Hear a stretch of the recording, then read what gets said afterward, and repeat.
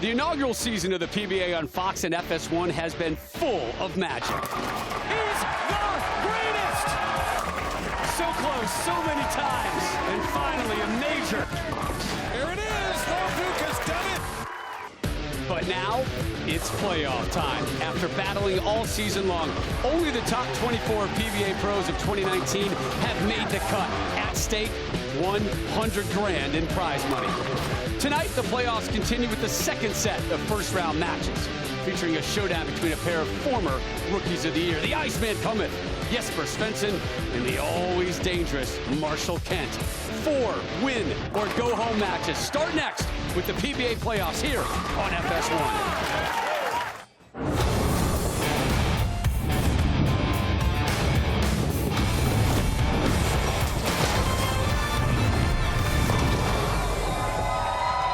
Welcome to week 2 of the PBA playoffs on FS1. Tonight from rockin' Bayside Bowl here in Portland, Maine, it is the conclusion of our win or go home first round. Top half of the bracket saw its round 1 activity last week.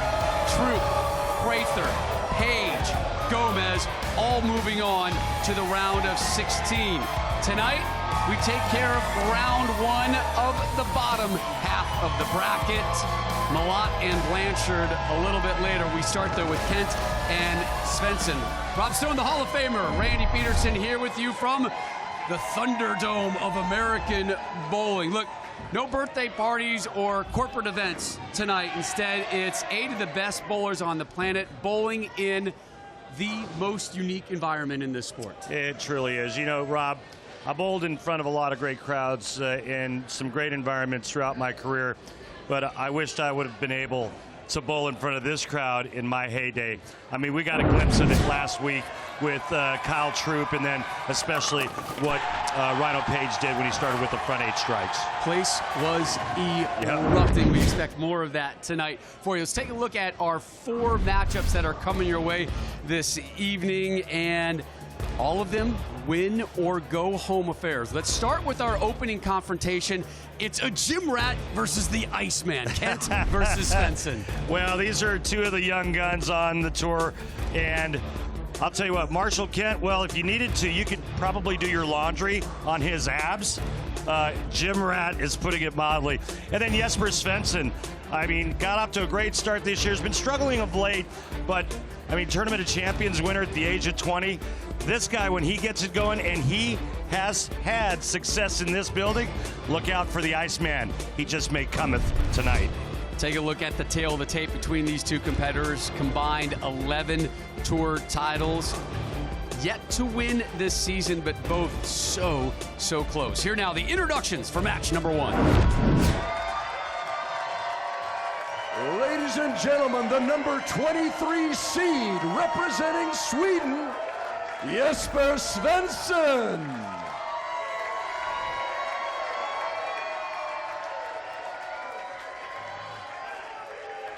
Representing Yakima, Washington, please give it up for Marshall Kent.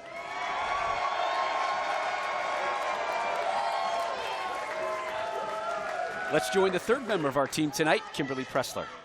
All right, so Marshall, when we talked previously, you said being here at Bayside is like going back to your college days. You said it's like college bowling, but on steroids. What did you mean by that? It just means the atmosphere is chaotic. There's a lot of noise going on, a lot of chanting, a lot of cheers. And you know what? You just have to embrace the atmosphere and enjoy it and take it all in. You have to totally embrace it here. Thank you so much for your time. And Jesper, this crowd is amazing. How are you going to use that to your advantage today? You know, I've won in this building before, and I know how good it feels and how good the crowd is. So I'm going to try to stay here as long as possible, and the only way to do it is to win one match. All right, well, good luck to you guys. Let's get to bowling. All right, Kimberly, thank you. As we take a look at the lane conditions today, Randall, they're rolling on the Don Carter oil pattern. Yeah, Don Carter, 39 feet, and we have a southpaw and a right-hander. Let me show you how Marshall Kent is going to attack this pattern. He's going to go in between 3rd and 4th arrow, out to about the 6th board and get it back to the pocket, whereas Jesper Svensson, well, he's going to go pretty straight from the outside part of the lane, throwing that urethane. That's his calling card, Rob. He doesn't use reactive resonance. Tried it, but he likes the predictability of your earthing. Again, one-game single elimination matches tonight here on FS1. This is the first of 4. It will conclude our opening round as we'll be down to our final 16 next week. Left the 7. Hard to believe that ball could ever leave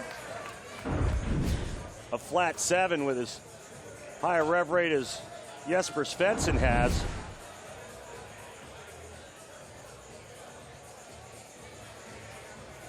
%93 of the time on the tour, that 7 pin is dropped.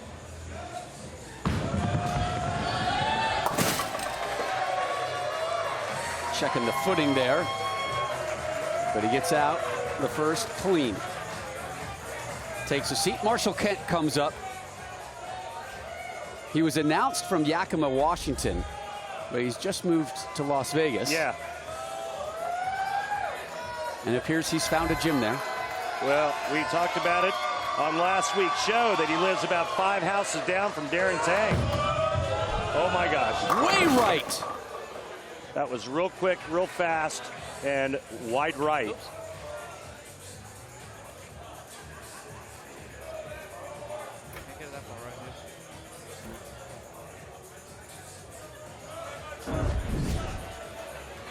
As we take a look at lane level, a little loft in that shot. Not sure that was intentional.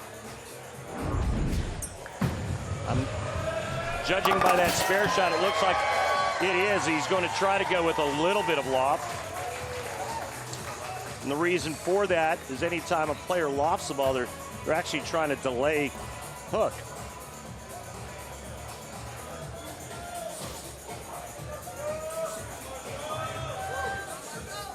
Ooh, look who's in the house. Kyle Troop.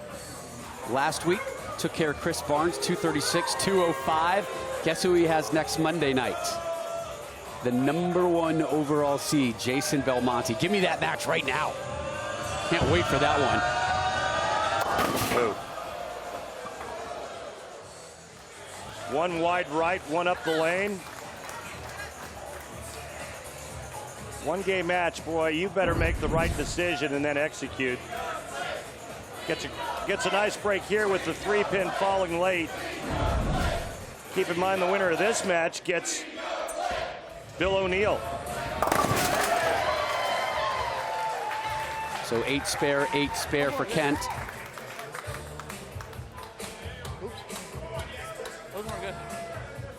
Svensson, the native of Gothenburg, Sweden. 7 career tour titles, one of them a major. One here in 2017 with Kyle Troop, or that Rolf Holman doubles championship. Oh, that looks sweet. Oh, that looks sweet. Well, he's got one of the most unusual styles ever, whether he throws it with one hand or two. He just happens to be a two-handed lefty that doesn't use his thumb, but he does something quite unique during his approach, and it's with his footwork. Watch this. A big step to the right, excuse me, to the left. And watch what he does. As that step goes that way, both feet come off the ground at the same time during his approach.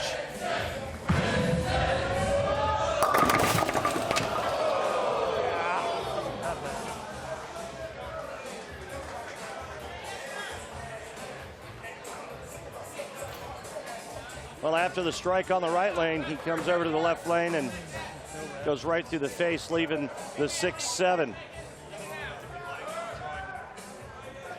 He's going to get the ball over here, or try to at least get the ball to that side of the 6, throw it over into the 7. Open frame. So spare strike open for the Swede. Neither of these guys have given this crowd an opportunity yet to burst. And they're ready. They're ready. And Kent with the chance, former Rookie of the Year 5 years ago.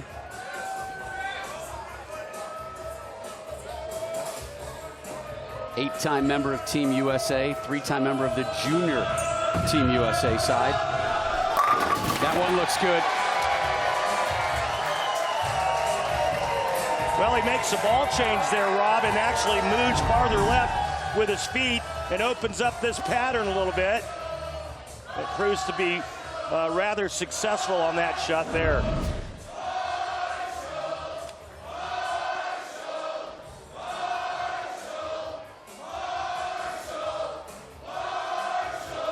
Doesn't take much to get him going. Now, Bayside Bowl just needs a little kick, and both these guys are really kind of struggling here with the fresh oil here in our opening match tonight.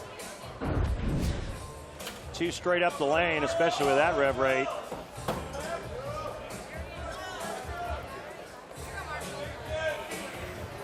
.369, not the easiest thing to shoot at for a right-hander because of that back pin, the 9-pin.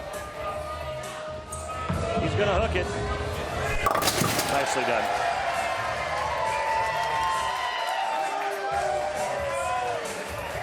Now, these two have faced each other once on television. Came last year, Randy, at the PBA Tour Finals in Allen Park, Michigan. Svensson dropped Kent 279, 233.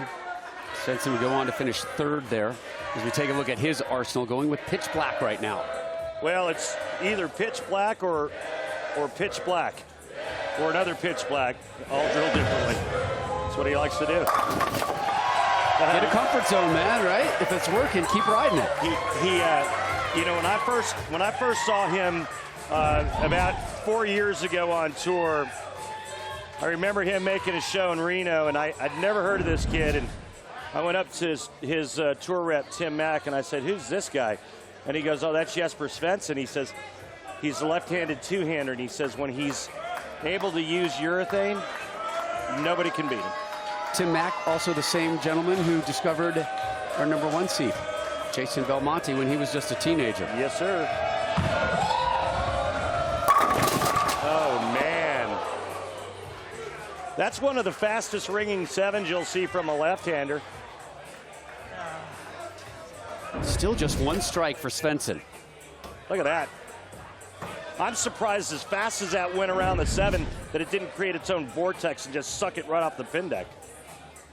Nice use of vortex.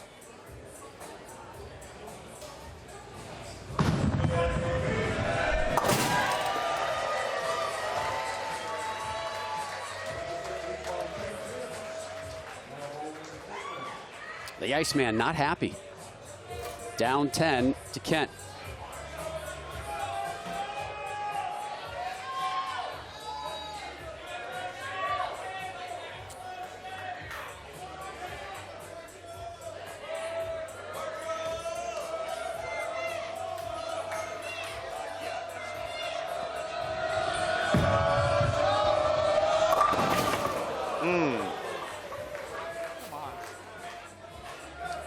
Baby split, as that shot was inside of the last shot by 2 boards, 2 inches, and it goes through the nose. On a house shot, that would have been high flush.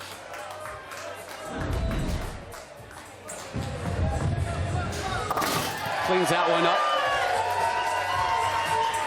Time now for your hammer tough spare replay.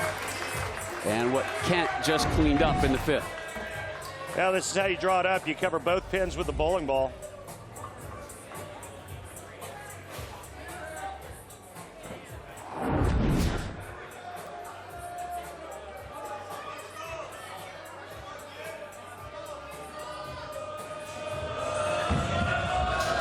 Oh, another ball change again. Back to the one he started with. It's going to roll and nestle right next to the 10.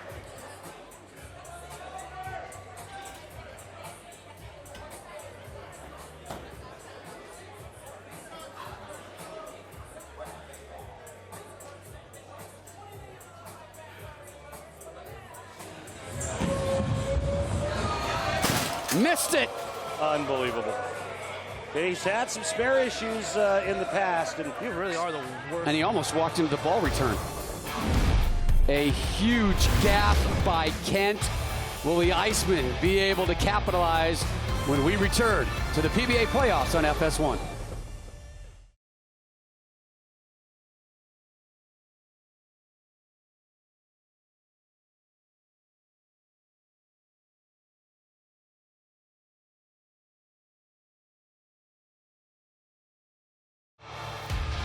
The PBA on FS1 is sponsored by Go Bowling. For promotional offers, tips to improve your game, news, or to locate a bowling center near you, log on to gobowling.com. Another fantastic crowd and environment here at Bayside Bowl. This is the second of 8 straight Monday nights of PBA action here on FS1. Knockdown Monday started last week. We take a look back at it with our Ebonite flashback. Match 1, Andres Gomez took care of Dick Allen, 236-199. Our second match was all about Rhino Page. It really was when he started with a front 8 and got this crowd off their feet. And then the fan favorite Kyle Troop with 8 strikes. He dropped to 236 on Chris Barnes. He moves on. Our final match, a bit of a rock fight. In the end, though, Prather able to advance. What if Kyle missed with that kick and stuck himself in the eye? It caused some damage there. So Kyle Troop, speaking of which, next Monday, 9 Eastern, right here on FS1, he takes on our number 1 seed, Jason Belmonte. How good is that match going to be?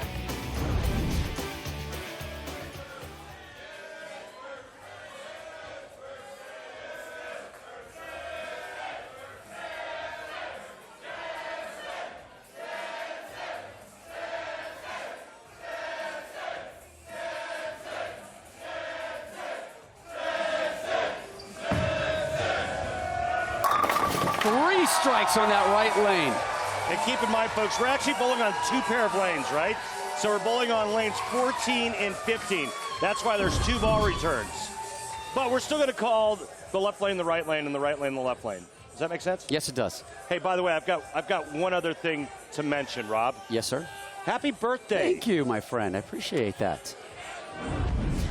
Nobody I'd rather spend my birthday with. I know, right? Than Mike Edwards, our wonderful scoreman over here. Yeah. And well, David Bruner, our producer. And these great fans here at Bayside. And you. And Kimberly. Thank you. Svensson again struggling on that left lane. It's gotten in his head. Well, the last shot prior to this was a ringing 7. Remember that violent ringing 7? And so the baby move may have been too much, or he missed target.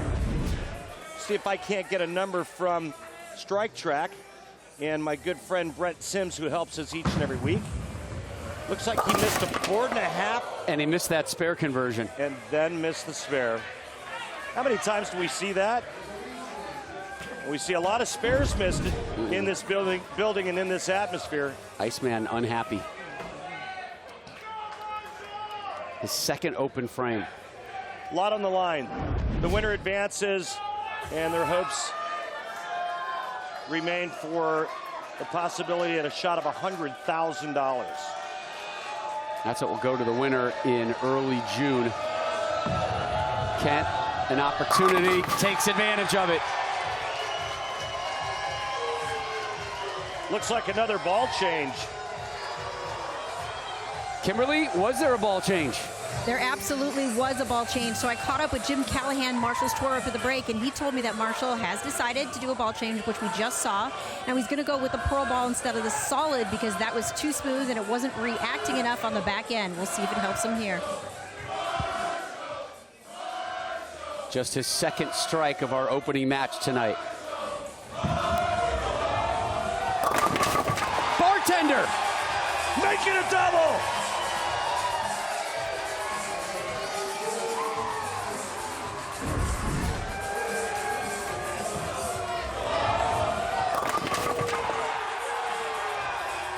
Now the energy's in the house. And talk about turn of events. Jesper Svensson had an opportunity. Instead, he comes away with an open frame in the 7th, and Marshall doubles up on his opponent's error. But he's on his comfortable right lane, needs a strike, and finds it. The good news for Jesper is he gets to finish the match on that right lane. He struck on it every shot, but he has yet to strike on the left lane.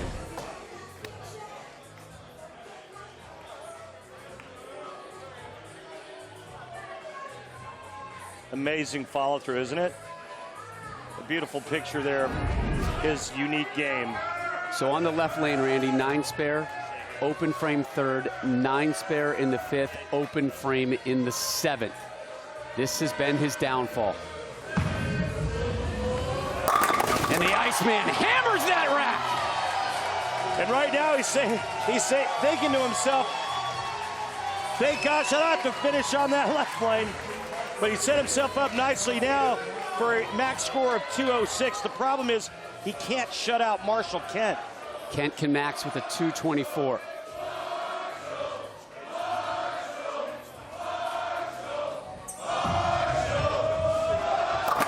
Kent extends the double to a triple.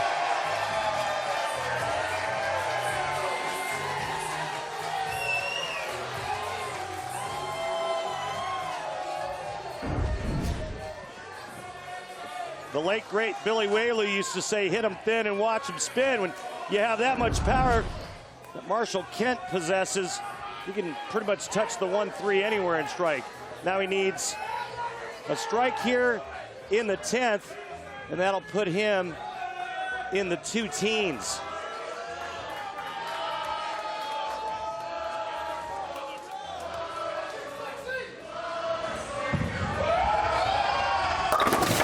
Oh no!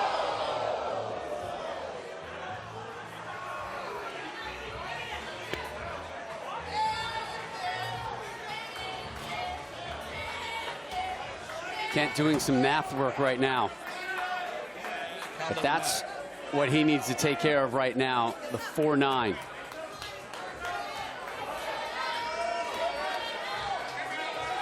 %19% of the time on the tour it's taken care of. Goes after the 4, kicks it, misses the 9. Open frame.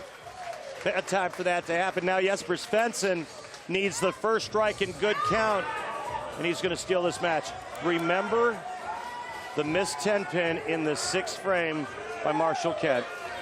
And now it's all up to Jesper Svensson.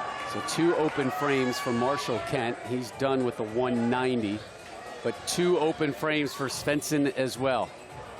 He struck every shot on this right lane. He needs another one here. If he does not strike on this ball, Marshall Kent advances.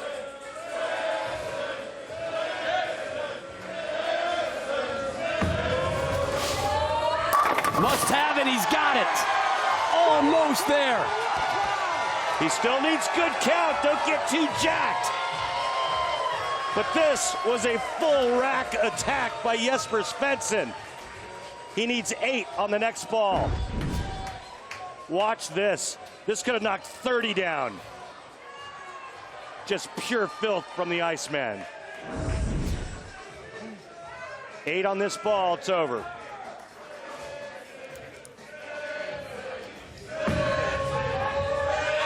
The Iceman moves on. What a finish. What a back and forth match.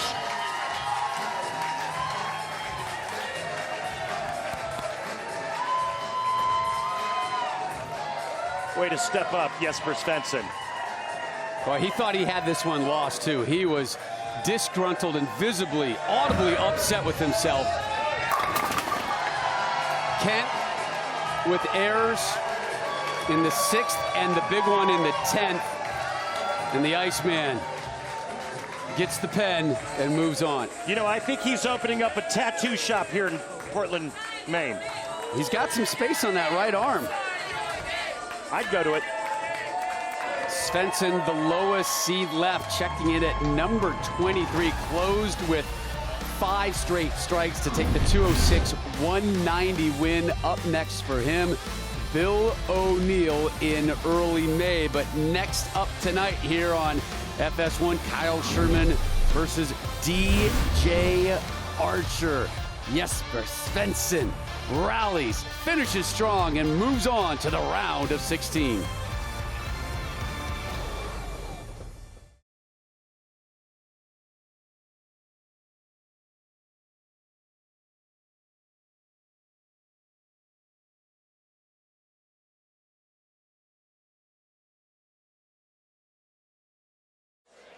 The 2019 FIFA Women's World Cup kicks off early June. All eyes on the defending champs, and Alex Morgan and Carly Lloyd as the U.S. women's national team look to defend their crown in France as they look to win a historic 4th Women's World Cup title. All the matches live on Fox and FS1 starting this June.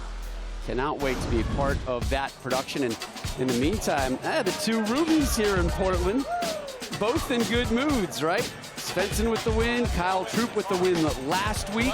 So both move on to the round of 16. Match number 2 tonight. Kyle Sherman, DJ Archer. Best finish of the year, 2nd for Kyle, 4th for DJ. The number 22 seed hails from Spring, Texas. Please give it up for DJ Archer.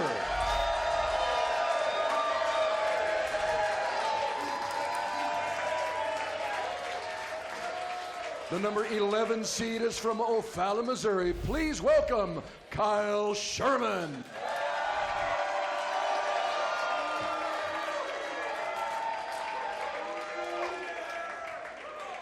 Knockdown Mondays continues here from Bayside Bowl.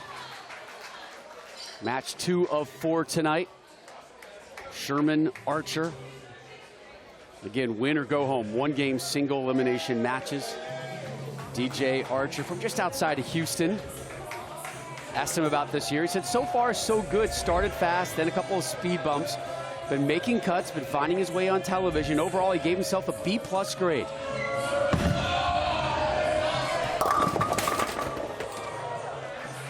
I'm not sure he's going to give himself a B+ for that shot. Well, and I watched both players in practice, Rob, and they were trying to get deeper and open the lane up, and there was no oil in the middle of the lane to keep the ball on line, and it might play a little tough this match. That middle part of the lane looks pretty flat. Oh, my goodness. I don't know how he squeezed into those skinny jeans. That was interesting.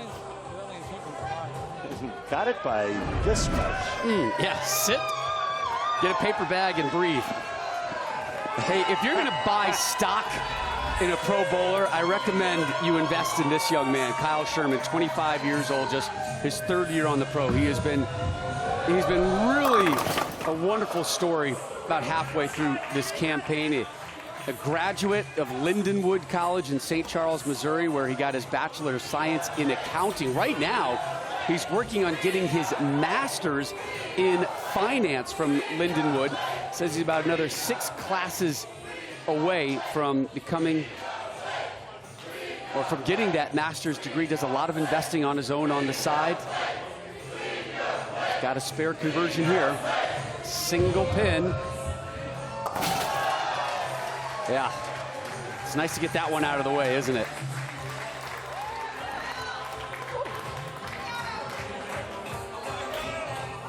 A lot of college opportunities afforded to both male and female bowlers these days. Not like back in the day when I was growing up.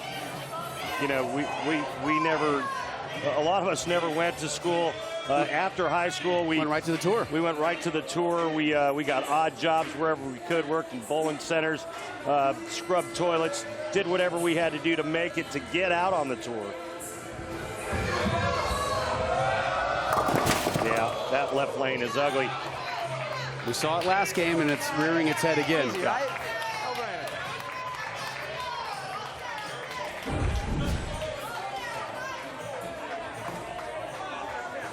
DJ Archer gets to finish the match on the right lane. Kyle tried to open that up a little bit, and he's going to get the ball over into here, throw the head pin into the 10. 1, 2, 4, 10, only done 19% of the time on the tour.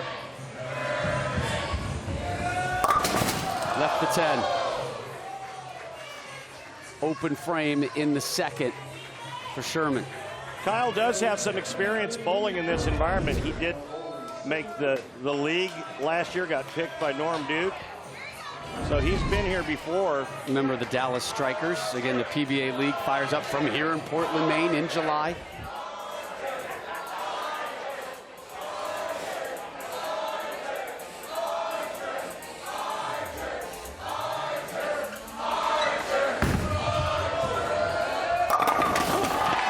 DJ doing what DJ loves to do, and that's throw it in the air and throw it to the right. And he's pretty good at that soft hook. When he needs to go straight, he throws urethane. That's pretty much what everybody's doing in today's game. And back in the day, I think a lot of players used to do it with just their hand. You look at his Arsenal Idol Pearl, but you look at a guy like Norm Duke who did it with his hand, and if he needed to back the revs out, he'd back the revs out, and if he needed to hook it more, he'd just cup it more and hit it harder.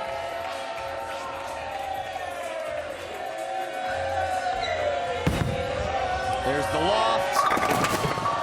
Left the 10. 6-pin goes around the 10, looks at the 10, and then says, nah. Watch it. Yeah, I don't think so.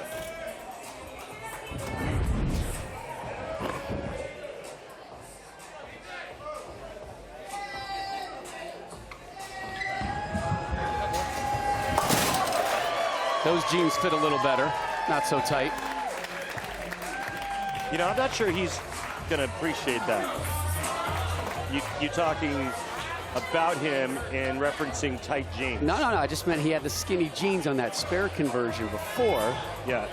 These were more comfortable, more relaxed, more cut. He would never wear skinny jeans, ever. My guess is Kyle Sherman would. I'm with you on that. And probably the jeans that show his ankle, too. Sockless. I love it. Oh. Somebody do a cartwheel over that 10-pin? I'm not sure, but that ball went through the pins kind of like a wet noodle. And Kyle, you know, that again, when you catch it all and your ball hits that poorly, that really makes you cringe coming back from a shot like that. Talking about a young man who at age 25 had hip surgery, torn labrum in his right hip. Good to be young, able to bounce back rather quickly from it. Right? It's funny because we talked to Chris Barnes, who had a similar injury. He said, no way am I having surgery. I'm not 25. Right. So he just tried to rehab it. Of course, Barnes lost last week to Kyle Troop. So what's Sherman going to do on this left lane, Rob? Remember, he went washout last time up. Open frame 9 there, yeah. Still looking for his first strike here. In fact, we've only had one combined through 3 frames. And it was Archer in the second, but on the right lane.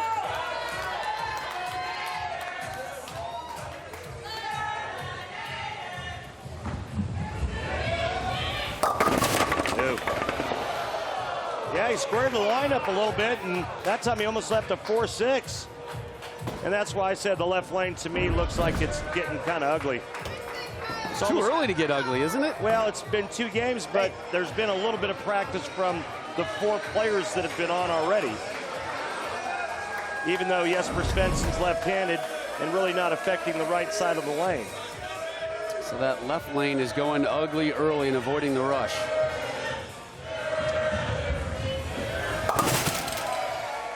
Takes care of the single pin spare conversion.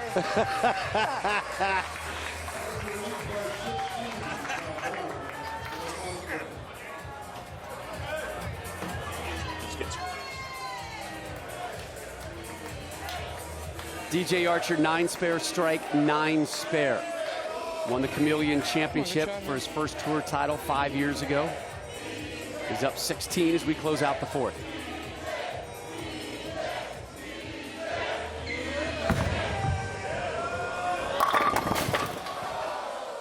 To me, the right lane looks manageable.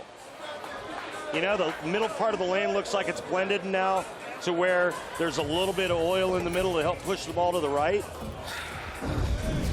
But he loves throwing it in the air. He's good at it. Look at that. That's almost to the arrows, and that's not full Monty for him either. I look at that and I just say, boy, that is risky. And I get it. You're throwing your ball over the discombobulated part of the lane. Sure.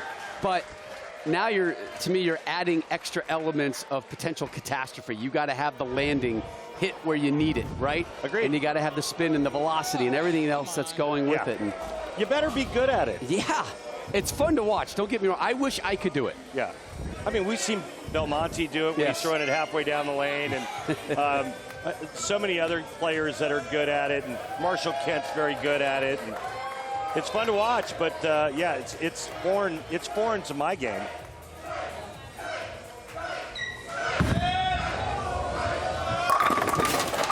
That was interesting. That actually had a little less loft. Almost like he pushed it through the front. The loft thing, some air time with the bowling ball. Interesting. Oh, I feel a tease coming on. There is one coming on. Back to Sherman. Lights going in and out. 9 spare, open frame, 9 spare, 9 spare, down 15. His effort here in the 5th on the right lane. A strike for Kid Dynamite. Yeah, that looked good as soon as it left his hand, Rob. Now he can cut the deficit to 5 with another strike. Did you see the size of that heed? Heed! 2 bowling pins on either side for ears. I love it. Good touch here by Kyle Sherman. Perfect entry point. Great camera work, too, by one of the favorites here at Bayside Bowl. Charles. Affectionately referring to our ace handheld, Charles Montgomery. Looking for the double. Gets it. Pour it.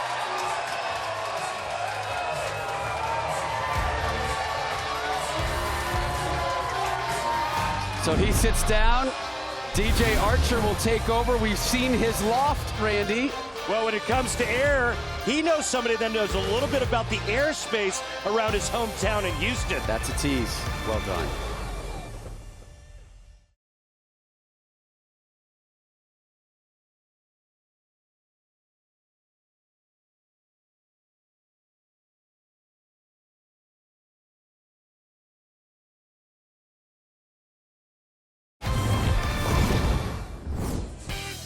Welcome back to Bayside Bowl here in Portland, Maine. The PBA and Slap It On have created some custom vinyl wall decals of some of your favorite PBA players, the large vinyl decals. They're readily attached to most smooth flat surfaces, can be easily removed and relocated as well. Action shots of more than 30 PBA Tour players and legends are available. Head on over to PBA.com, click the Slap It On banner to order your favorite player. I can't wait until they come out with yours. They've already come out with yours. There it is, Randy. I've seen that on a T-shirt, haven't I? That is certainly not one of those wall decals. That's hideous is what that is. No. We'll take a look at the 2 different shots that DJ Archer and Kyle Sherman are playing. You can see how much farther left DJ Archer is, and it's because he likes to throw it a little bit slower, so therefore he's got to allow a little bit more arc and a little bit more room. But you can see right here that about 4.5 boards difference at the laydown area. That's where the ball's touching the lane. That 34.5 board, remember there's only 39 boards across the lane, so he only has about 4 inches until his ball ends up in the left gutter. We take a look at our oil pattern. I don't see a whole lot going on except for the fact that there's nothing really defined here, which means that based on the player's style, they're going to play a couple of different lines through the front part of the lane.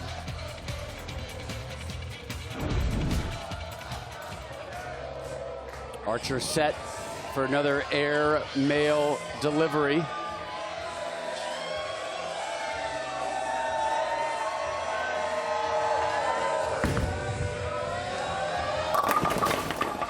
Come on, 7! Ah! Give us a little dance, Danny James. DJ in the house!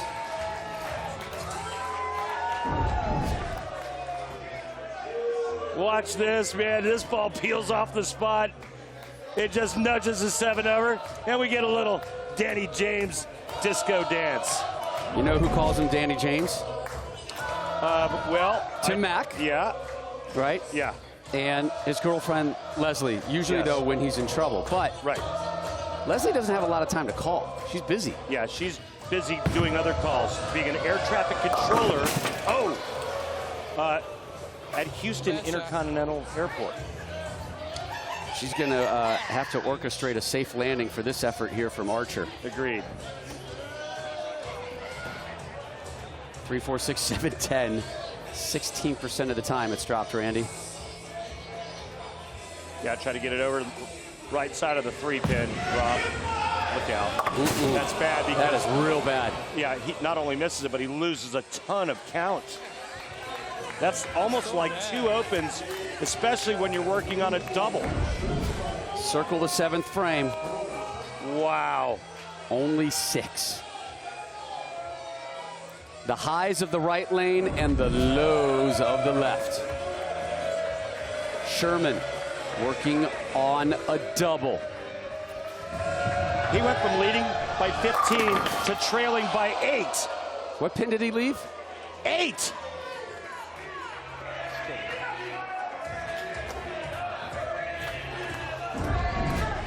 I mean, this is just getting so crazy. No, they're chanting your name. Oh, come on! That's awesome. That's beautiful. Come on!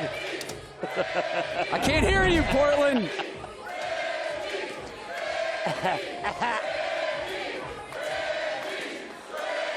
The infamous 8-pin leave in your career, Randy, and the crowd remembers it. Yeah, it's sure nice to be remembered. Even if it was the worst thing that's ever happened to me in bowling.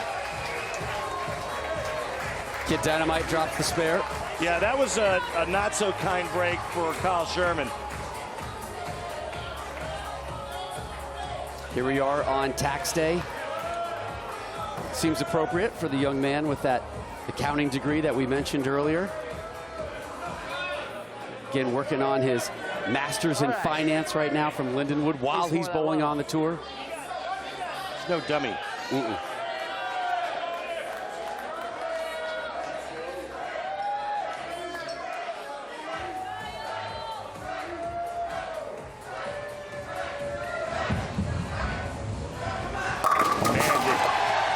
And on tax day, the accountant assassin drops an audit on the rack.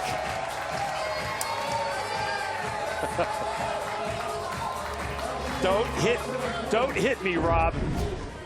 Boy, I'll tell you what, again, as soon as it left his hand, this looked like it was going to be perfect, and it was. A great shot. Should have been 4 in a row for Kyle, but I'll tell you what, after his first 4 frames where he couldn't strike, he's really turned it around. DJ Archer down 7. Drops the rack there.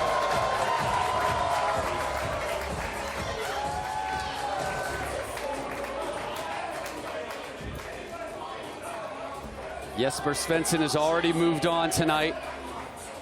Sherman and Archer in a great battle here in the second of our 4 matches.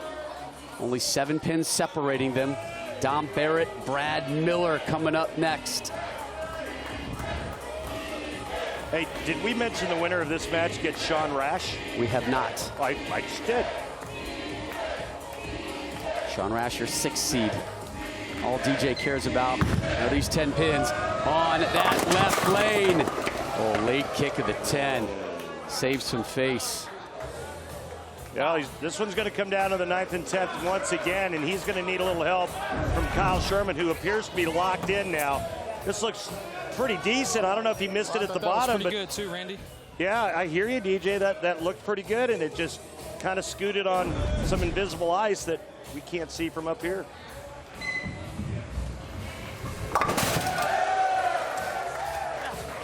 It's funny how you can't hear a spare ball hit the lane. You can't hear it hit the floor.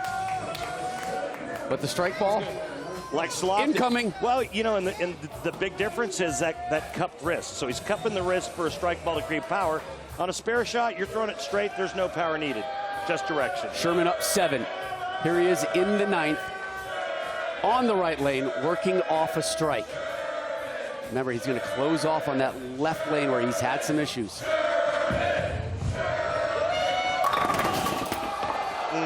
10-pin jerk.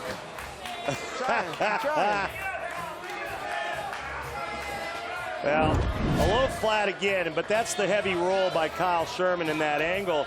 You know, anytime you start to increase angle, a lot of times you need to kind of increased rotation to get the ball to come around a little harder. You hear what they're chanting right now. Every parent understands this one. Clean your plate. Take care of that spare.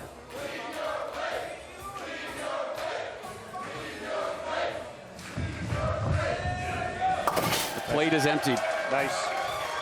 All right, still 7 going in the 10th frame. So Sherman, double and count. He'll move on. Anything less, DJ Archer still has a chance to win in the 10th frame.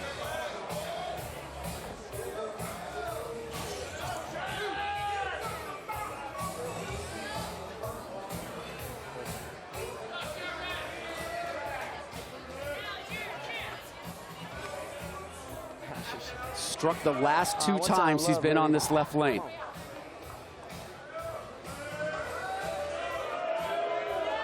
But he also had an open frame in the second on it.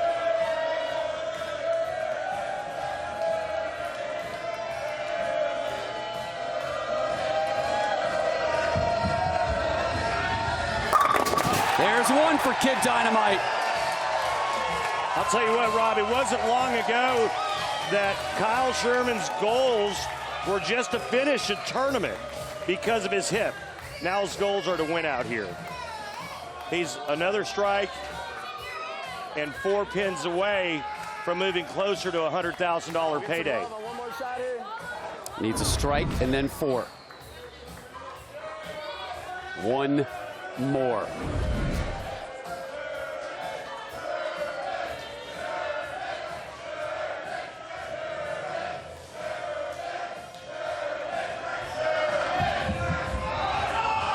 Didn't like it, but gets the result. Needs only 4 pins to move on.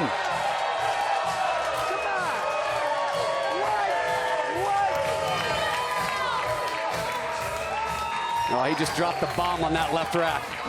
Well, this shot's magnificent. And he got it in a little bit, but I think on that lane it developed. Remember early on, you couldn't do that on that left lane, and remember DJ Archer's last shot that went light, and he said, I threw it good.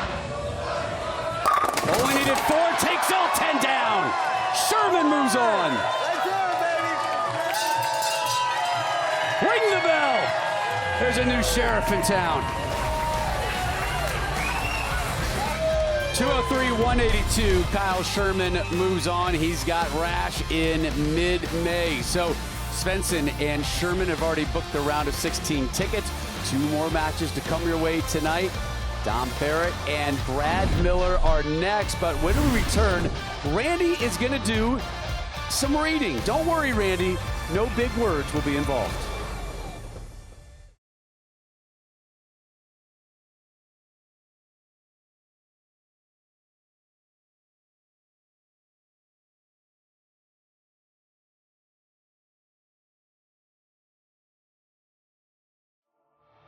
Welcome back to FS1's continuing coverage of the PBA playoffs. During the break, Kyle Sherman being interviewed after his victory. Up next, his buddy, his YouTube channel friend, Brad Miller. He's got Dom Barrett coming up next in match number 3 tonight from Portland, Maine. Rob Stone, Randy Peterson back here with you. It is time now for our Go Bowling with Randy question of the day. This one comes from Facebook, and it involves reading, so I hope you're not worried about this one. The question is, my ball, when do I know it's reading the lanes, and how can I speed it up, slow it down? It's a great question, and because all the bowling balls today come with different textures, shiny, dull, something in between.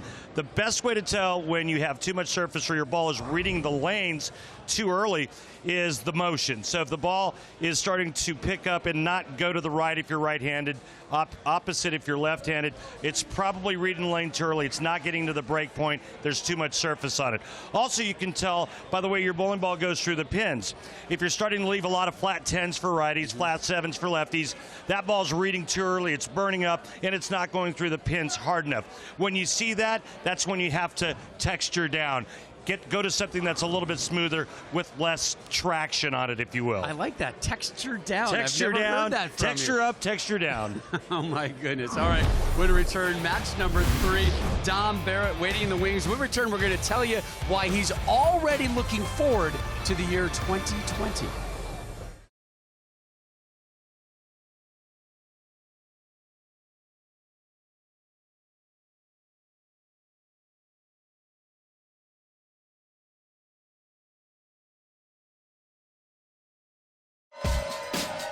Knockdown Mondays on FS1 continues here. The PBA playoff from Portland, Maine. Bayside Bowl, Thunderdome for American bowling. Another beautiful crowd in attendance tonight. Getting set for our 3rd matchup. 7 career titles between Barrett and Miller. The number 19 seed is from Lee's Summit, Missouri. Give it up for Brad Miller.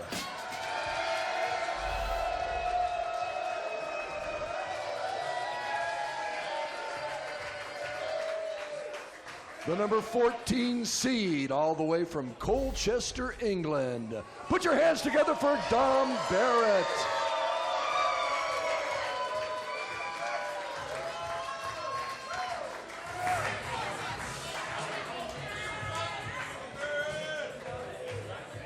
All right, Brad, so the other day in our interviews, you said to me that this guy to the left is your idol. Why is that, and how cool is it that you get to bowl him tonight? Well, he's definitely certainly one of them. After his U.S. Open performance last October, it pretty solidified how good he is. But, you know, I wouldn't be here today if I couldn't do it, so I'm pretty pumped for the opportunity, for sure. All right, well, we wish you the absolute best of luck. I'm not sure if you heard it or not, but this guy said that you are one of his idols. How cool is it to hear that from a fellow pro bowler? I think Brad's a great guy. He's had a great year, and actually, you know, someone who's been there a little bit longer like I have, you still look around at the younger guys and see what they're doing when they're beating you every week, and trying to learn even from them as well. So I think Brad's a great bowler, but yeah, hopefully I get one more pin than he does tonight. Are you going to take it easy on him? I'm just going to bowl my own game. You know what it's like. You just have to go out there, and the lane's not playing particularly that nice at the moment in the other 2 matches, so I'm going to try and hit the pocket a lot, make spares, and see what happens. All right, we wish you the best of luck. Thanks. First time Dom has met Miller on television. Miller, your 19 seed, also president of the PBA Players Committee. We had a really interesting conversation with him the other day about what exactly that entails, what he's been able to accomplish, what he hopes to accomplish going forward. But on the lanes, which is what Brad really cares about, he's looking for that elusive first tour title.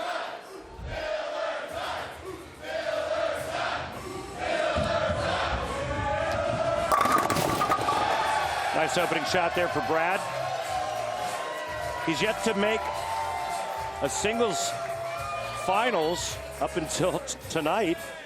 Prior to that, his only television experience was with his doubles partner, Kyle Sherman, who just won.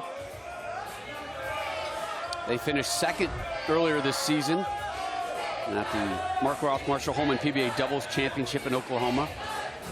They were the 1 seeds. Barrett drops them all, hammers them all. Oh, he's going with a high hard one. He's not even hooking it. He's using reactive and he's firing it. And normally you'd see a lot more bend in the elbow and cup in the wrist because Dom is going to try to hook it, but his backswing is a lot higher on this shot because of the speed that he's trying to execute. And then there's still a little bit of bend, but nothing like you normally see with Dom when he's really getting after it. And then very little with the wrist. So that cuts down on the revolutions. Just shows you how versatile Dom Barrett is.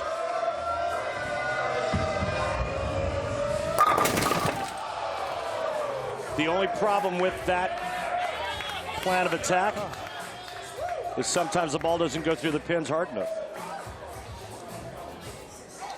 Left the 10 pin there after an opening strike. This guy's got all the tricks, Rob.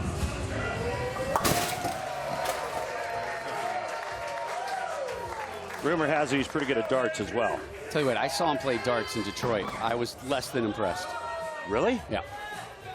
Talks a good game, though. Huh. I was told that those guys in England, that when they're done working, when they're done doing what they have to do, they go hang out at the pub and play darts. They could. I think he does. I mean, I've never been to England, so I can't verify that. That's got a hook. There's the OB spot. He just found it. Yeah, we've seen a number of players find it.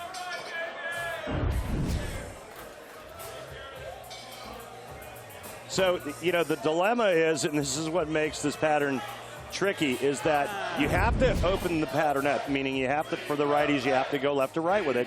But if you go too far, you hit the 3-6 in the face.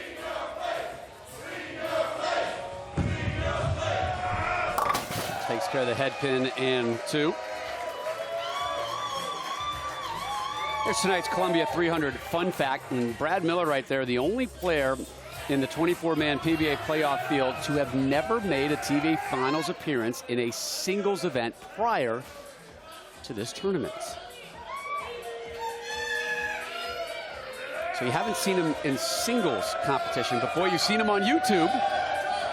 He and Kyle Sherman, running a highly successful YouTube channel lately, has really exploded this season. Yeah, he gets all 10 there. It's Miller time! You've been waiting all night to say that. Maybe a little. Nice little break here. Trip of the 2 out late. There you go, Brad. There's his buddy, Mr. Sherman. Why is he not? There oh, you there go. it is. Yeah, There's the camera. All right. He's not wasting tape on Dom, as Dom drops another 10. Beautiful shot there. 6 does its job, kicking the 10 out. Back-to-back strikes on that right lane for the Englishman. There's a big, giant West Malott head. Well, there's a big, giant West Malott head, period. Yeah. Everywhere. And then that one is actually amplified. And we'll see him in our next match. Can't wait to see the big nasty. Right? Taking on Mr. Blanchard. Yeah, 2 great players. Well, let's face it. I mean, to get to this point after 13 events, to make the top 24, you can't suck. Got to be pretty good. Yep. Barrett 7 tour titles, including 2 majors. That's left. And that may have been the residue of the week 10. Who knows? You can see him, he's trying to trap it, meaning go straight up the lane, and I think he just got that one inside. And again, a one-game match, you gotta go with your gut and your instinct, then you have to execute. I would have thought that Dom would have tried to curve it more. Took care of the 6-10, which is converted 94% of the time on the tour.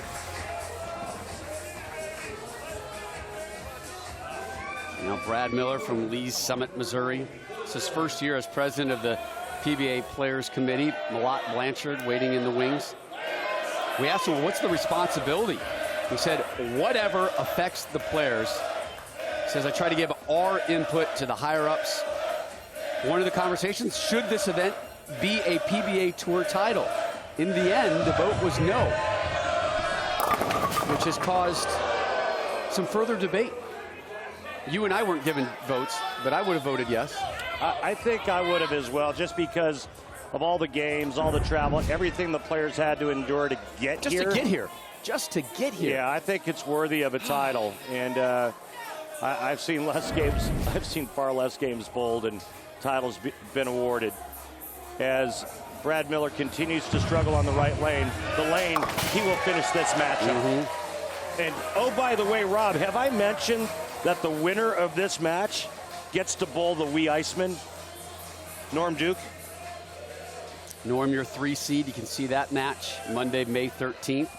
First, though, there's the Arsenal for Brad Miller. I'm always disappointed that nobody rolls a ball named the Gunner when we look at the Arsenal. I like it because that ball's named after you. Idol? Yeah. My idol. I'd love to have a ball named after me. I would think somebody could make that happen. Actually, they could name a ball after you and me. One ball, really? Our names. Oh, I love it. We call it the Stone 8. I'm intrigued. Let's copyright that. Let's trademark that. Right? Let's ASAP. trademark right now. Miller working the crowd.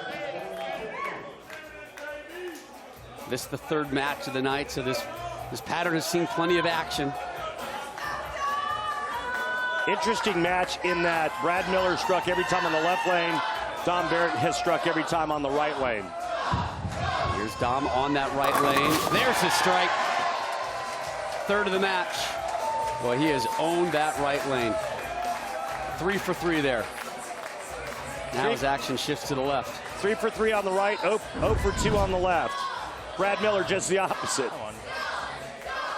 We're talking to Dom about the challenges of this year. And he said, really for the first time for me, it's tournaments week in, week out. It's been hard for him to stay fresh. Of course, he's got a beautiful wife and kids back home that are really occupying his brain as well. It's been a long time away from home. He admitted to us, I'm looking forward to next year already.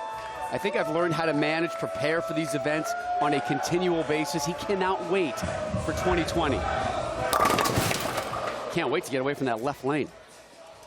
Yeah, he struggles on the left, or his struggles are on the left lane. Miller's struggles are on the right lane. Again, it's so difficult, Rob, in a one-game match. You get 5 minutes of practice prior to, and yeah, you could stand around and watch the match before yours and try to get a good, decent idea. Look out, nice, okay. And get an idea of how you maybe should play, but you don't know until you throw it and you throw your game down the lane. Both players have one lane. Can we figure out the other lane? Lots more to come your way from Portland, Maine when we come back.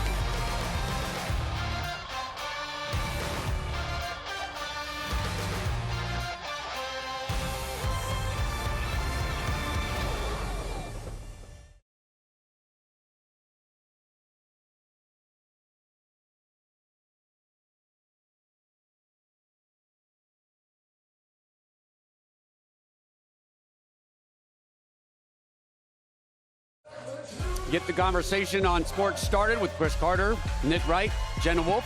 First things first, weekday morning, 6:30 Eastern on FS1 and the Fox Sports app. Find your way there tomorrow morning. Brad Miller, things all even as he steps up in the 6th, working on a strike.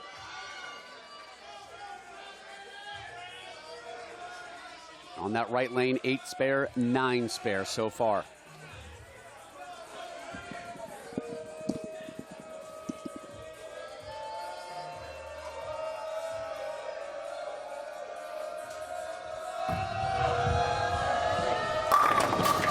Oh, left the 10. Liked it and should have. It was a good shot and not the result that a player would like to see on that side of the lane, that ring 10, especially working on a strike. He needs to spare this set. Will still be all even through 6 frames.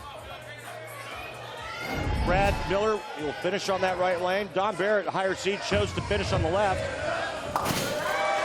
Neither player has struck yet on their finishing lane.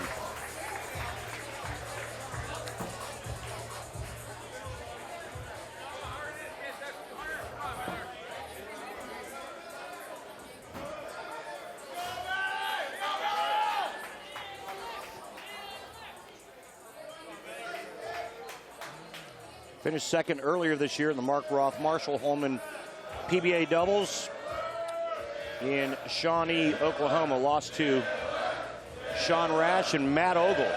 Ogle's first win on the tour. Yes, sir. Great moment. Tears all over the place, mainly for Sean Rash. Yeah, Sean was pretty happy for him.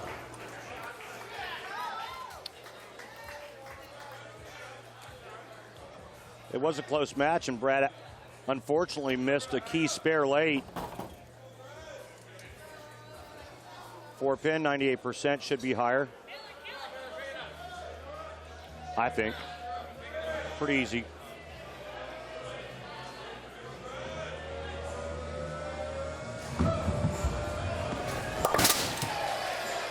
I don't think he was thinking about going on the left side of that one. I think that was the spare that he missed in the doubles match, if I'm not mistaken. Yes. Wes Malott, Josh Blanchard, our 4th and final match coming up next. All right, so let's see what Dom Barrett does. He's been perfect on this right lane. and talking with Sean Ryan, his tour rep, during the break, and discussing some things that he might change. Oh, yeah! And one of them was to try to execute a little bit better, and that just looked a pinch right of target and fast. I'm making a good shot now. And now it's time to take advantage of it. He's going to bowl 2 more times on this left lane, and one of them's right here in the 8th as he works on a strike. It's time to take advantage of this nice break. Again, perfect on the right lane, Randy, but nothing but spares on the left. Yeah.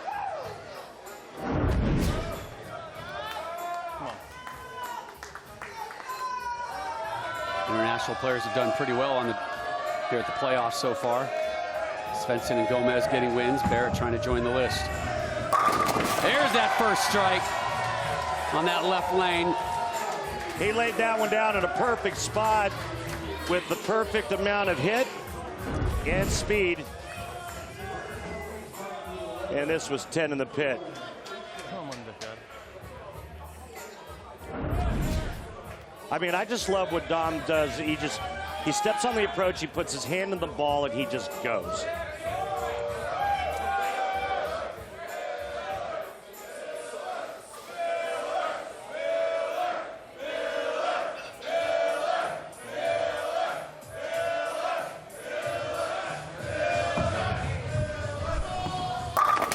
Oh, yeah. 4th strike. Little love tap to drop that last one. Yeah, it looked like the ball actually knocked the 8 down, the last pin to go. Let's take a look here. Yeah, yep. the ball actually caught the 8 on the way by. Thank God, because at least now I don't have to call my therapist. For that subject.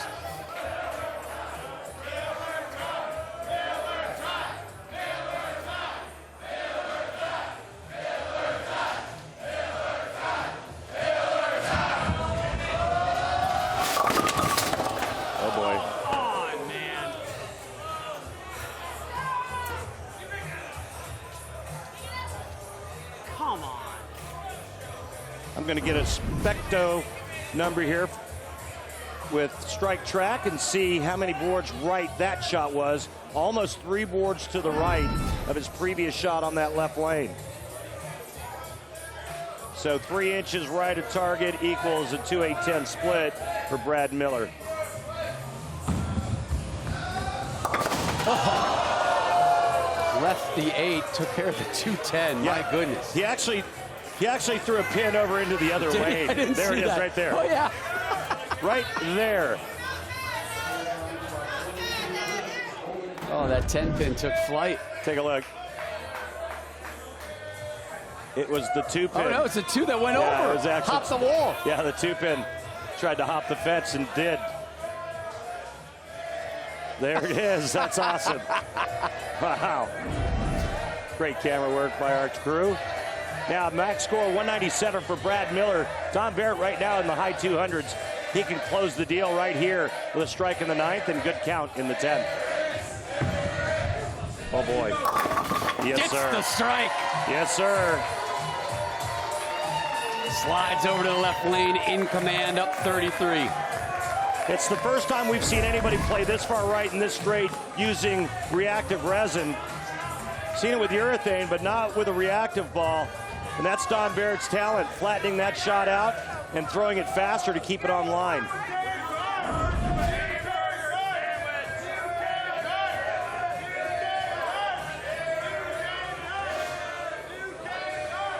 Three in a row, only needs 6.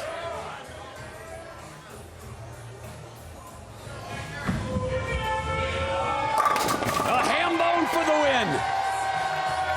Pretty good stuff there. Made some quality shots to end it. He'll advance to take on Norm Duke. Coming up next, a true heavyweight showdown. Josh Tully Blanchard versus the big nasty Wes Malott.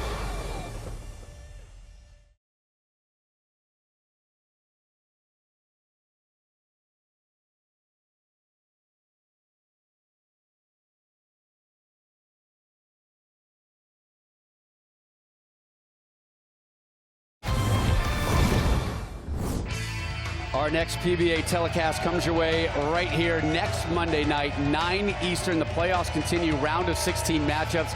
How good is that top line, huh? Number 1 seed Jason Belmonte to take on Kyle Troop. And then Tom Doherty, a wonderful season he's been having so far. He meets your 9 seed Chris Prather. Bracket update from the bottom half. Svensson, Barrett, Sherman all moving on. Up next, Malott, Blanchard. The winner takes on your 2 seed Jacob Buttrick. The number 18 seed is from Mesa, Arizona. Please give it up for Josh Blanchard.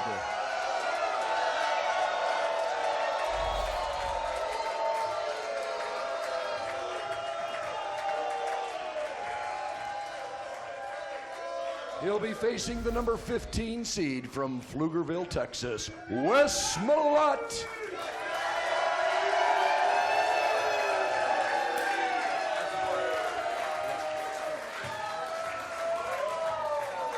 I think they mispronounced Wes Malott's name. It's actually the Big Nasty. Yeah, that's what I thought it was. 15 versus 18. Again, 1 game single elimination here as we close out our first round of action. Next week we begin round of 16 coverage.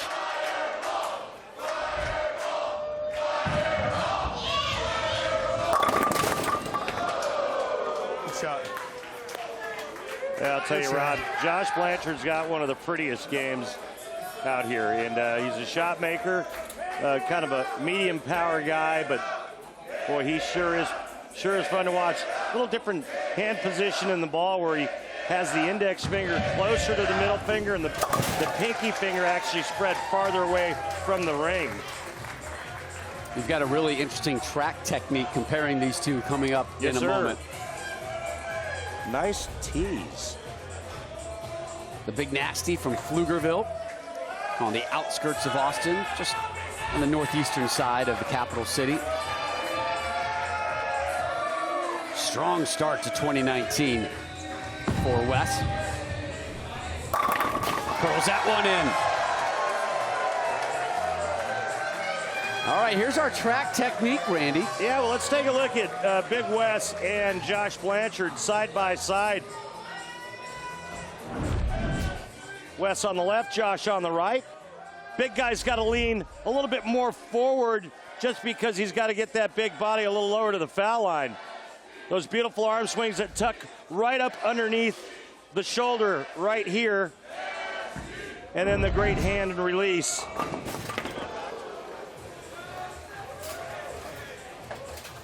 Now, Wes is not going to be happy with this one.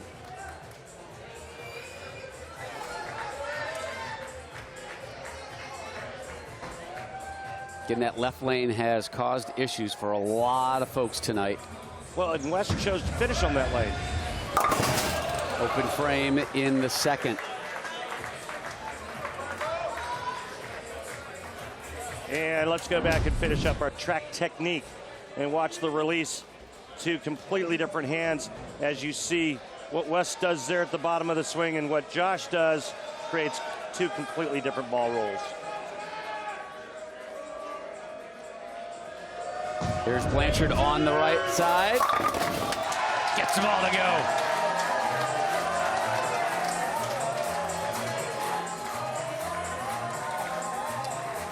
Big Wes in trouble immediately as Josh Blanchard is all over him like a bulldog on a pork chop following that open.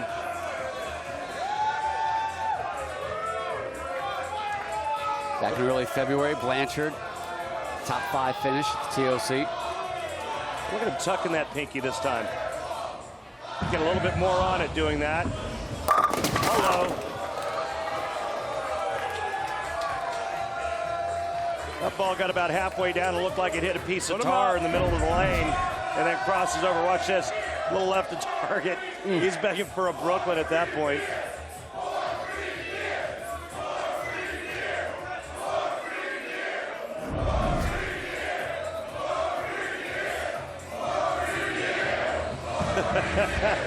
Rob, do you know what they're yelling? I think they're saying more free beer. Correct. So if Josh were to miss the 5-pin, he'd have to buy everybody in the building a beer. That's just a rule here. It's a great rule. Yeah. That would have been expensive. You heard him. So spare strike, spare. Now the big nasty, a little bit of an ornery mood right now for that open frame in the second. Wouldn't you be? Former player of the year, I would be. And now he's going to be peed off at that 10 pin. It's a bad time to be a ball return cover because he's about to break a foot off in that said ball return. Look at him, check it. That eyesight looking down at just past the foul line. All right, now he needs to rebound. Hey, listen, it's just frame 3. No time to panic just yet. However, this is going to be a very interesting shot to see what happens after that big split in the second on that left lane. Going with the high road. He's going with the high road. You and I, a lot of times, like to take the low road. 100%.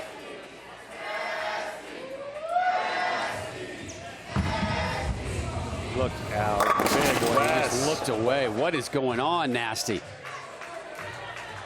Wow. Well, uncomfortable, to say the least. And this is just a whiff to the right. And there you go. That ball wasn't 10 feet in front of him when he knew that it was going to miss wide right.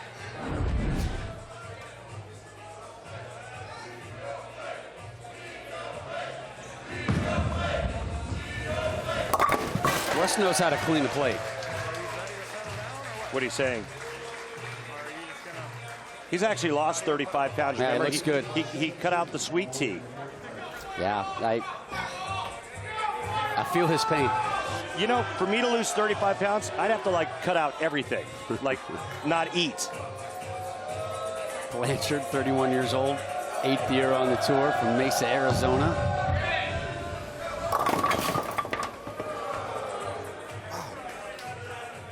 That was good. The winner to take on the 2 seed, Jacob Buttroff, who Blanchard has essentially kind of become a bit of a mentor to.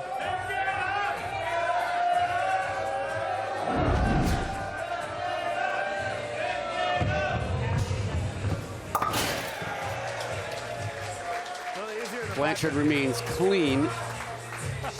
Only 1 strike, though.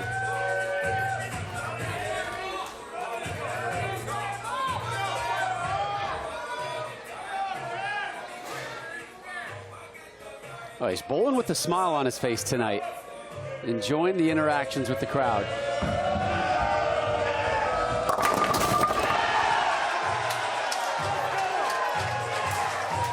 As I was saying,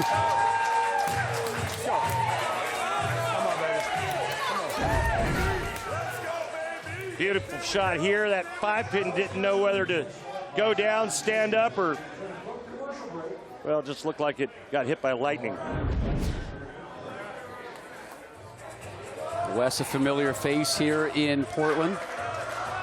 Remember the Portland Lumberjacks of the PBA League.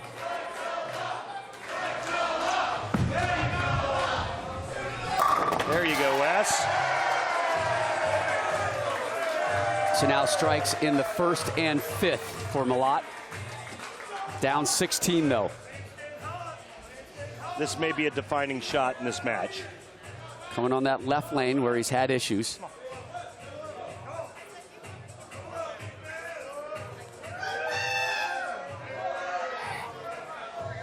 Trust it, roll it.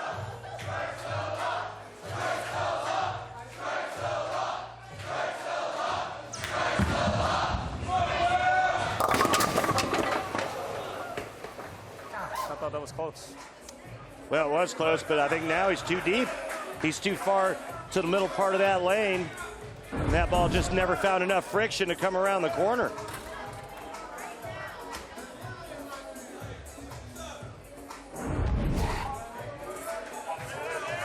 So now what? Rob, you have any idea? I don't. No, the big nasty doesn't come to me for bowling advice. 2-8, dropped. Same line with less speed will make it come around the corner. But he's down 16, the conclusion of Blanchard and Malott from Portland. Next here on FS1.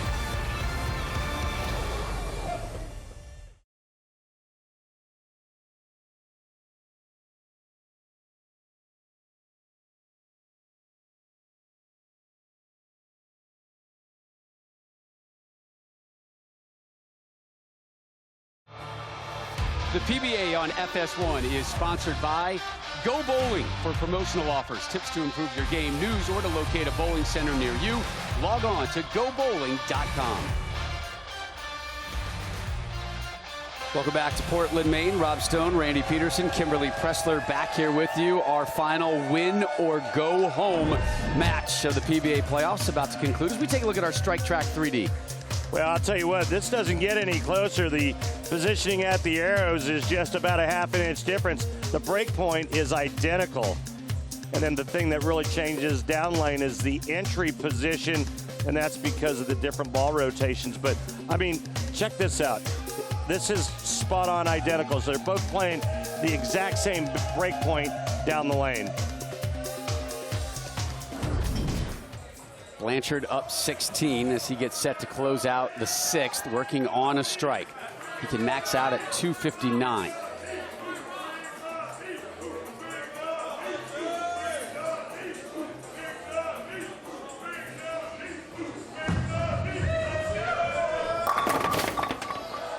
I don't think that messenger is going to reach it or have enough juice. Yeah, it needed to be a little faster and a little heavier. And again, you know, with the power game that we were seeing week in and week out on the tour, that's the one thing that inhibits Josh Blanchard from time to time. He's just such a good shot maker, but there's times when he needs another 50 RPM to get that weak 10 out. And what a difference it would make for him if he could carry that hit once or twice more a game. He's had success here in getting that title here at Bayside Bowl. He had to go through Wes Malott and beat Jason Belmonte for that title. He only has 3 on the tour. And you're right, he is so close to getting 4, 5, 6, 7 more on this tour. Another 10 pin.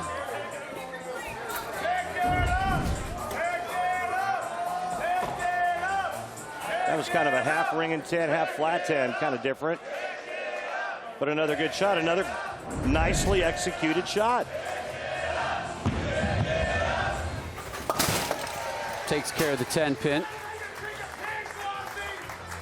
You can really tell he's enjoying this atmosphere. A lot of the guys who bowled collegiately drew some parallels to the setting here and what it was like for them bowling collegiately. Now, Wes, that might be the visual summary of how Wes's game has gone so far. Kind of sideways? Sideways.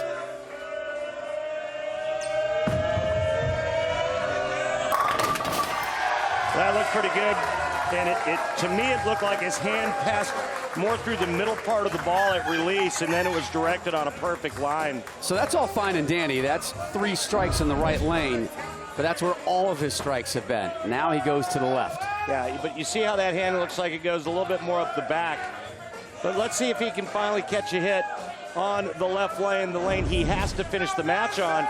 And if he does, he can cut the deficit to 5.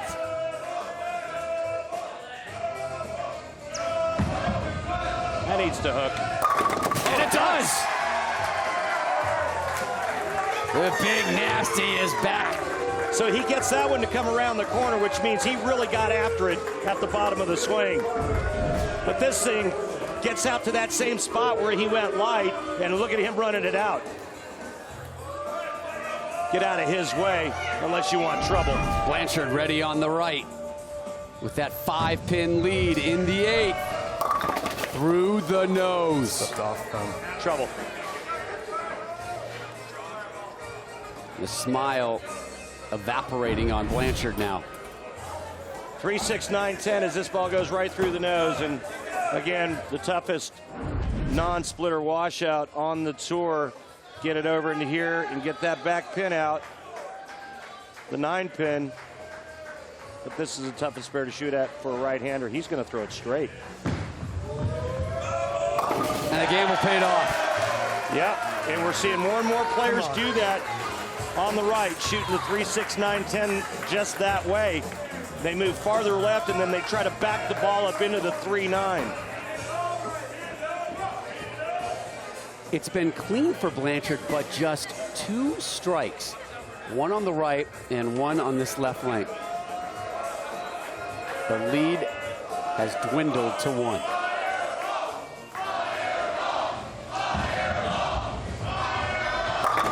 Yeah, good one. You see that 6-pin go to the sidewall that time, Rob, and cut the 10 out? That's always a good sign for a right-hander. Second from the right, watch the action, boom. Little ankle biting on the 10. Mm-hmm. Is it all right if I use that? That's 100%. We're teammates here, my friend. Thank you. I really like that line.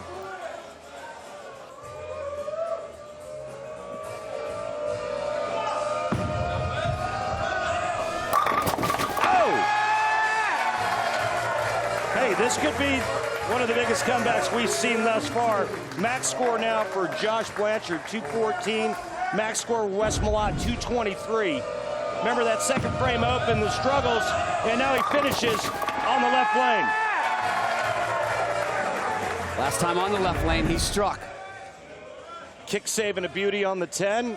On that right lane, now he needs to duplicate it 2 more times right here in the 10th frame. 2 strikes, 2 pins, he moves on.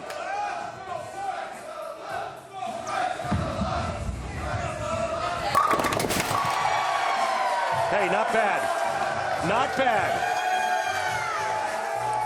Tour has been a real struggle for him since that strong start.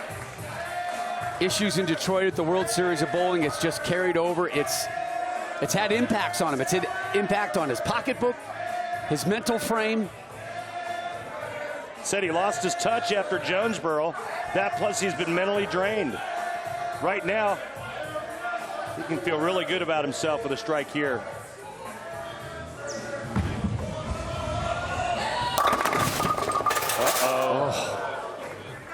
Now Blanchard with a spare here for Malott. Blanchard needs 2 and 9 to win by 1.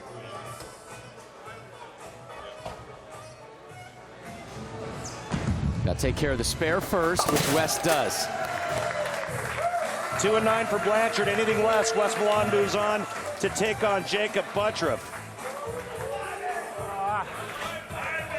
Great comeback. Finished with a late 4-bagger, but now Josh Blanchard. Last time he struck, sorry, Rob. Last time he struck on this right lane was in the 2nd frame. Needs 2 and 9.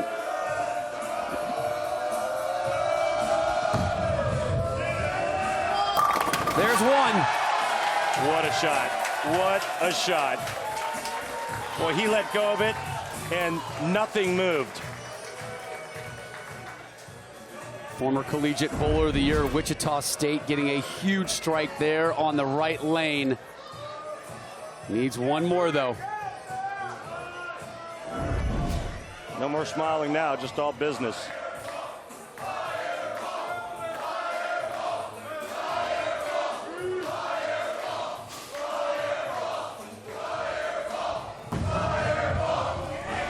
Looks good. It is good. Needs 9. 8, we have a tie. The one thing we haven't seen here in round 1, Randall, a tie. Yeah. Re-rack time.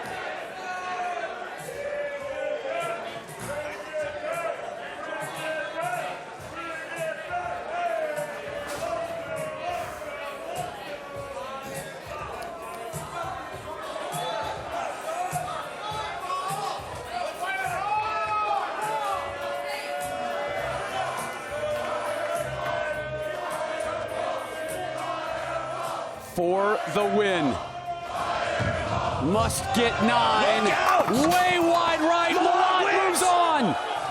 Malott the big wins. nasty sitting down. Goes to the round of 16. Unbelievable. After 2 pure shots, he was the head pin. Look at Malott. Nobody more surprised than him.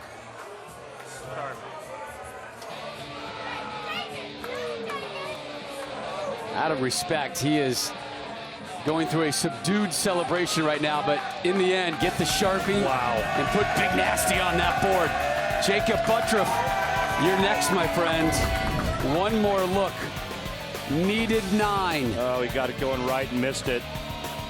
got 7. Unbelievable. Let's go back to Kimberly with Wes. That was kind of heartbreaking to watch, but you won this sitting in the chair right there. Walk me through what you saw happen. I really don't know. I know my heart goes out to Josh because I know I've been battling through a lot of stuff like that on my own. I really wanted to get up and shut him out in the 10th, and I wasn't able to. And like I said, my heart just goes out to Josh because I've been in those situations so many times, and I know what it feels like. Now hopefully I can just run with it and maybe get to the live Fox shows in June. Let's see what happens. Congratulations. So the Big Nasty moves on. We'll see him next in early May. The bottom half of the bracket is now filled out as far as the round of 16 is confirmed. Wes Malott joining Jesper Svensson, Dom Barrett, and Kyle Sherman in moving on. Next Monday night, the 22nd, our coverage begins at 9 Eastern as the PBA playoffs continue. Now, though, it's the round of 16, and the format changes just a little bit. 2 matches coming your way, and what a great one it is to start things off. Jason Belmonte and Kyle Troop. After that, Tom Doherty and Chris Prather. Coverage of the PBA playoffs again next Monday, 9 Eastern here on FS1. The Iceman able to move on and put his name on the board. Ditto for Kid Dynamite, Kyle Sherman. Dom Barrett, the Englishman, with a convincing 50-pin win, and then the Big Nasty sitting down, able to move on to the round of 16, which begins next Monday here on FS1.